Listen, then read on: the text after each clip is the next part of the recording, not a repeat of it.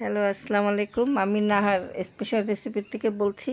আমি আপনাদের এখন দেখাবো সরিষা ভেন্ডি। তো এই যে হলুদ দিলাম, একটু লবণ দিলাম, দিয়ে এটা মাখিয়ে নিলাম।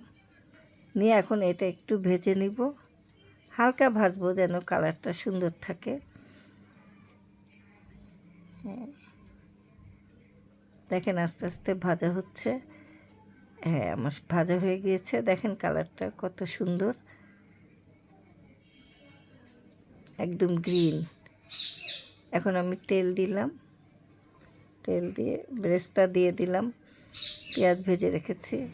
এখন আমি এটা সরিষা দিলাম বেশি করে, মরিচ দিলাম 1 চামচ, হলুদের গুঁড়া দিলাম, এখন লবণ দিলাম 1 চামচ। এখন এটা ভালো করে একটু কষিয়ে নিব, বেশি কষানো লাগবে না। এখন আমি আবার একটু সরিষা দিলাম, কারণ সরিষাটাই এটার মুখ্য, এই জন্য সরিষাটা লাগবে।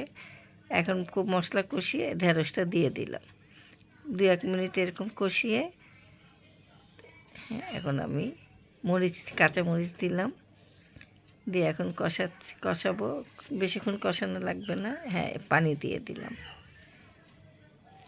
এখন আমি এটা ঢেকে দিলাম। দেখুন আমারটা প্রায় হয়ে আসছে।